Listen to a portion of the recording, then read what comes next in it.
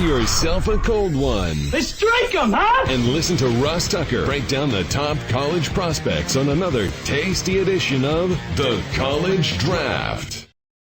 Yeah, it's Daddy Soda time here on the College Draft Podcast presented by DraftKings. We love DraftKings and we love college football. And we love this podcast because it's 3 podcasts for the price of 1. I will tell you more about that a little bit later. Right now, just want you to know I'm Ross Tucker, at Ross Tucker NFL on social media. We are at Ross Tucker Pod. He is the star of the show, the one and only Emory Hunt, at FBall Game Plan on Twitter, Football Game Plan on YouTube, and footballgameplan.com/2022 draft guide is where you should be to make sure you get the best and broadest and most in-depth draft guide in the galaxy. Emory is always everywhere, every weekend. Saw him doing, was it Morgan State St. Francis last weekend, Emory? Yeah, that was a good one. That was a fun one to do. Defensive battle. I'll say that. There you go. All right, so we got some big ones to dive into this week. Let's start with the Red River rivalry. It's Oklahoma and Texas. Oklahoma is favored by 3. And I guess we should start with Oklahoma quarterback Spencer Rattler. You know, Emory, I don't watch every second of every snap, right? I just see how it's just, to me, and I know one of our patrons, patreon.com/RT Media, Jason Montgomery, Tuckheads J, I don't know how he'll feel about this, but it bothers me that they were booing Spencer Rattler. Like, it feels like they've just gotten so spoiled at Oklahoma with like 40 points a game, Heisman Trophy quarterback, number 1 overall pick. I don't like booing college kids in the first place. Secondly, I think some of these programs, some of these fans have just gotten so spoiled. Has he been that bad this year? And they're undefeated. Let's keep that in mind too. Like, Oklahoma hasn't lost, I don't think. And what sucks about it is the fact that you have a guy that's played well. He's had his ups and downs. And granted, that's going to happen to every college, kid. Everyone can't be, Kyler Murray, Jalen Hurts, Baker Mayfield. It's not sustainable. You don't think those people at Oklahoma State wish they had Oklahoma's Champagne's problems? So I don't think he's been that bad, but I think he hasn't been the number 1 overall pick type player that many people projected him to be coming into the year. I didn't even see that last year. I just thought that people tend to, you remember the old ESPN commercial, chicks love the deep ball? That's what people love on Twitter. They love the deep passing game. So if you're a quarterback and you hit one deep ball, man, that clip is going to be shared all over draft Twitter. Everyone's going to be talking about, oh man, look, this dude surprising. Look at this ball. Like, you can't, and they're going to over talk themselves into this guy being the number 1 overall pick. But I just think that he's a good player, and probably should stay another year, obviously, to get better and improve his stock. And then maybe next year he could be the number 1 overall type talent. But right now, I just don't see him in the first round. And this, it will be a hell of a projection to take him there in April. It's really interesting because, he did a lot of good things last year. Some of these guys, man, I'm convinced it's like 5-star in high school. Then you go to Oklahoma, you play right away. It's almost like you got to play bad to not have people think of you as a high pick. They just like assume you're like this high first round pick because you're a 5-star that starts early at Oklahoma. I can remember meeting him a few years ago. He and Sam Howell both played in the U.S. Army All-American Bowl. Very different body types and demeanors, by the way. Sam Howell had like a full beard. And if you would have told me Sam Howell was a fullback, I would have been like, "That you're darn right he is." He was like 6'1", 230 and thick. Meanwhile, Rattler was like, I don't know, I thought he was like 6'1", but he looked like, to me, it was like a $180, like really lean and just extremely confident in his ability. And there's nothing wrong with that. But I don't know. I feel like they're both true juniors, man. They both, seemingly just got there. We are really quick to anoint and put these guys on pedestals, I feel like. Are they really the best guys out there, or were they Army All-American Bowl 5-star? I don't know. So this week, Emory, I'm doing New Mexico State at Nevada. Mm-hmm. And I'm looking at Carson Strong and his numbers. He's legit, man. I mean, he was Mountain West Player of the Year last year. I guess I wonder if these guys are really that much better than a guy like Carson Strong. And that's the thing, too, because you look at what we saw last year during the pandemic when Nevada had the spotlight on them, getting the CBS game, that 3:30 slot when they played San Diego State, and Carson Strong had the debut, his coming out party, so to speak. But it was really Romeo Doubs that had the big day. And Strong is someone. It's kind of like everybody else, man. Is if it's not going to be Rattler, then it's not going to be Howell, then it's going to be Strong. He can play, but I feel like people are forcing him into the number one overall pick talk, because when he's pressured, he tends to get a little bit scattershot, and that's not a good trait to have. So I'm hoping in this upcoming game that you have, he can show a little bit more confidence versus pressure, because that's all you're going to see at the pro level. Texas has a linebacker that's gotten your attention, DeMarvion Overshone. And it's going to be key for him, because if he can make plays on both ends of defense, it's going to be huge for Texas to steal some possessions away, because we know Oklahoma loves to start off slow in ball games, and Overshone has shown to be a really good player on both ends, in my opinion. And I just think that he's the key playmaker on Texas's defense. A lot of people look at the secondary, but I think him playing well versus the run and in the intermediate passing area could help them win this game. I find this to be a fascinating matchup. So before we get to your pick for the spread, I got to ask you, I saw some people tweeting about this last week. They're saying Bijan Robinson is not eligible to go to the NFL draft this year, right? He's got one more year. Right, he's a true sophomore. But they're saying he's clearly the best running back in the country and will be a first-round pick next year and the number one running back off the board, because they're saying there probably aren't any number one running backs or first-round running backs this year. I trust you with every position, but especially running back. He's that good, Emory. Like I haven't watched him that much. He's that good. He's really good, man. He's got great speed. He can catch the ball out of the backfield, but the hyperbole on draft Twitter has taken over once again. We got guys this year that are really dope, man. Isaiah Spiller, Breece Hall. There's some really good tailbacks in college football. But yeah, next year, Bijan Robinson is someone that's going to be talked about as a first-round pick, because he has what a lot of people don't have. It's that home run hitting speed that can go 80 on any given play. Who's your pick? Oklahoma's laying 3. This is the hardest pick of the week, man. I'm gonna go ahead on and I'm buying into Casey Thompson. I'm buying into Bijan Robinson. I think Texas is gonna get them this year. I'm taking Texas in the points. Yeah, I'm with you on that. I think Texas is going to win the game, actually. Let's get to Michigan State at Rutgers. Rutgers had been playing really well until Ohio State took out some frustration on them on Saturday. Michigan State is laying 5 points. And speaking of running backs, you want to talk about both of the running backs in this game. Let's talk about Kenneth Walker from Michigan State. Yeah, he was a transfer that came in. I want to say from Vanderbilt or Wake Forest, I believe it was Wake Forest. And man, how good is he? Like, he has good wiggle, he has good burst. He's someone that can bounce off defenders. Reminds me a lot of what you're seeing from a guy like David Montgomery for the Chicago Bears. And so when you look at Walker, you want to see him avoid some contact, but he has been the catalyst for this Michigan State offense that has looked phenomenal so far this season. On the other side, we've got, of course, the running back for Rutgers, Isaiah Pacheco.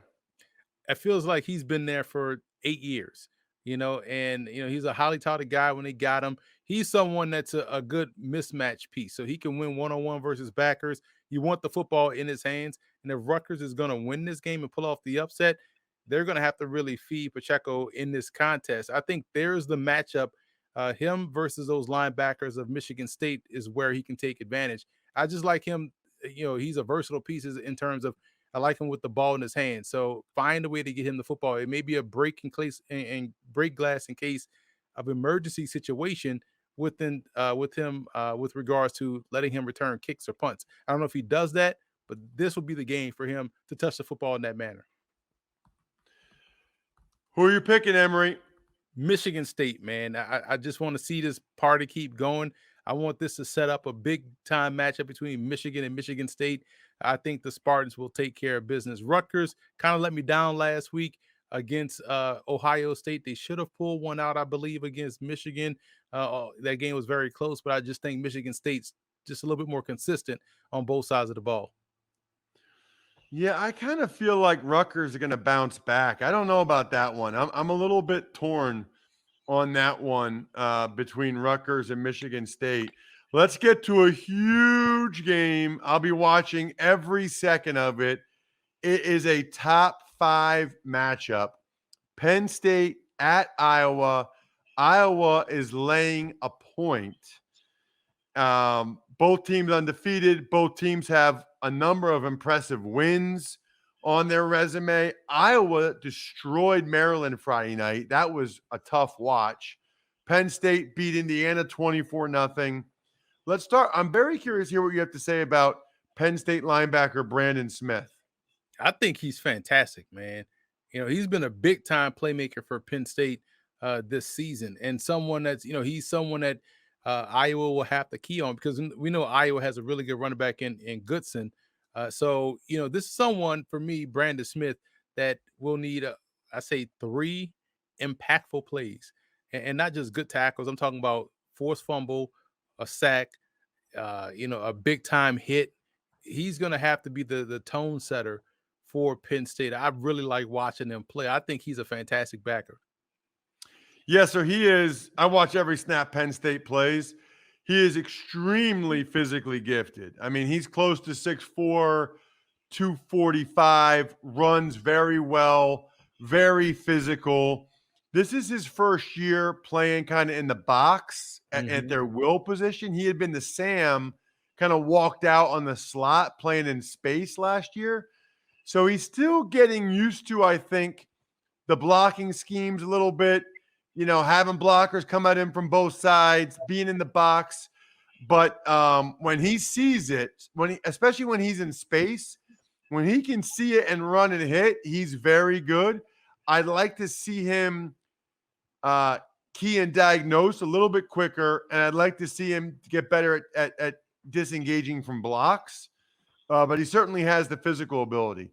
I can't believe we're about to talk about a wide receiver for the Iowa Hawkeyes after what I've seen Goodson do this year. I am surprised, almost disappointed by you, Emory. You're not going to talk about Goodson? But I don't even know who Charlie Jones is. He's someone that is on the scouts' radar. They like his savviness. They like his ability to play special teams.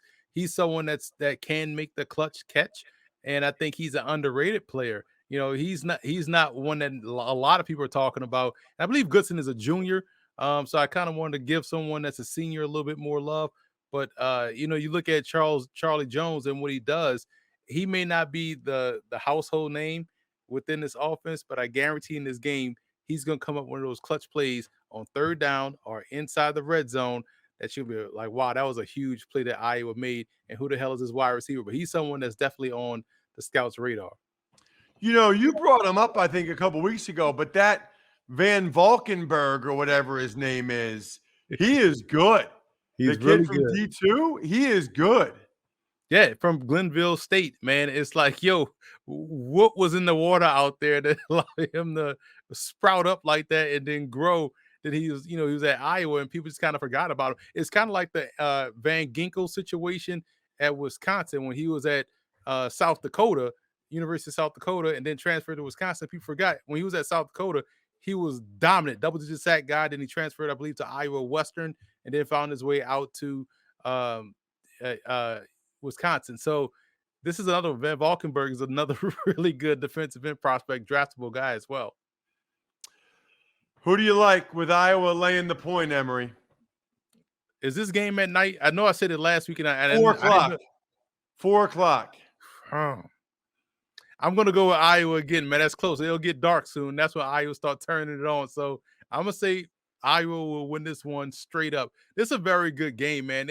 This could be the Sean Clifford game. If he steps up and plays uh, really good in this game, they'll have the upset and they can solidify themselves going to the playoffs.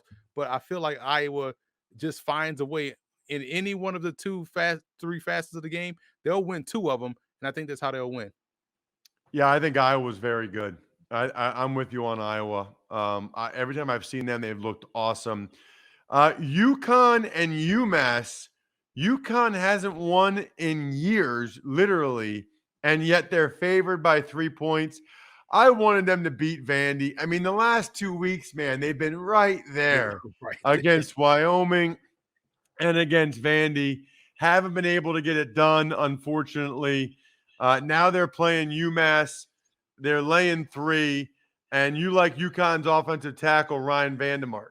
Yeah, he's someone that's excellent. When you talk about him and Jones, the defensive tackle, Vandemark is tremendous, and he's a Senior Bowl guy. He'll end up, I believe, in Mobile. He's one of the lone bright spots along that offensive line, and probably a reason why they've been finding ways to run the football. Mensah is a good running back too, and so they're running right behind Vandemark, and I think he's going to have a huge impact on this game in terms of allowing UConn to win this one outright. I chose this game because it's a troll game, but I feel like UConn can get its first win against UMass. It's a what game? Troll game. You know a reason why I picked this game. Both these teams are winless, Ross. Like, this is the pillow fight of the week. So I am going to go with UConn because they've shown some fight, man. The last 2 weeks, it probably should have been 2 victories. UMass has started to score points, but they just can't get out of their own way and to give up the big play. But I think UConn wins this one in the former Yankee Conference battle. Remember that conference in the FCS? Yes, I do. And man, I don't know why though both these teams are so bad. I don't get it. They should be able to get some of the second best kids up there in New England after Boston College. I don't get it. Anyway, maybe there's just not enough speed up there. His name is Emory Hunt. You got to check him out on social media at FBall Game Plan, Football Game Plan on YouTube, footballgameplan.com/2022 draft guide. Emory, terrific stuff as always. Anytime, Ross. Emory might be done. I'm not done. I still have 3 things I need to tell you guys about. First of all, please check me out if you can. New Mexico State at Nevada on Saturday night, 10:30 p.m. Eastern time, CBS Sports Network. So it will be Tuck at 12. It'll just be the other 12. Rather than noon, it'll be midnight. Also, October's Fall Car Care Month. What does that mean? That means AutoZone is here to help you with your car's oft-forgotten upkeep and cleaning. Prep your ride this fall and help your vehicle be at its best for the fall season and the winter. Look, I've said this on the Ross Tucker podcast, Even Money, Fantasy Feast. I am a huge believer in taking care of your car. What's the old expression like take care, Dan Marino, isotoner gloves, take care of the gloves that take care of the hands that take care of you? How about this? Take care of the car that takes care of you. Tune-ups are not only for your car, but they also boost a little confidence in you as well. Be loyal to your car as it helps you get back on the road safely. Getting the tune-up you need could not be easier. So this fall car care month, show your car you care and start by shopping your way at AutoZone.com. Get in the zone, AutoZone. Get in the zone, AutoZone. That's my new thing. I like to do like their tagline, like with the actual tempo to it. Speaking of tempo, I said this earlier, I'll say it again. This podcast is 3 podcasts in one. We've got the NFL prospects, so it's an NFL draft podcast, Rattler, Brandon Smith, etc. We also have the college football podcast, giving you 4 games, breaking them down. And then, of course, the college football gambling podcast, which is awesome. Love, love, love all of those. factors that we can get 3 podcasts in one. And I love people that overcome the odds. I love people that rewrite the playbook. I love people that deliver under pressure. The MVPs of small business lead their teams to victories all year long. Visa is proud to provide playmakers everywhere with more tools to help grow their business and help them achieve even greater success. Because the more people we can empower, the more we all win. Visa, a network working for everyone. Love it. Thank you, Visa. Love small businesses. Love all of you. Even Money Podcast will be out a little bit later. Did the Power Rankings Tuesday on today's Ross Tucker Football Podcast. Other than that, the keg is kicked. We are all tapped out. Thanks for listening to the College Draft Podcast. Make sure to also subscribe to the Ross Tucker Football Podcast, Fantasy Feast, Even Money, and The Business of Sports. All available at Apple Podcasts, rosstucker.com, or wherever podcasts can be found. A lot of times on the show, I mentioned DraftKings. Here's what you need to know. You got to be 21 or older, New Jersey, Indiana, or Pennsylvania only. New customers only. Restrictions apply. See DraftKings.com/sportsbook for details. Gambling problem, call 1-800-GAMBLER, or in Indiana, 1-800-9-WITH-IT. By the way, if what I was talking about included a deposit bonus, doesn't always, sometimes it does. Deposit bonus requires 25 times playthrough, and deposit bonuses are paid out in site credit.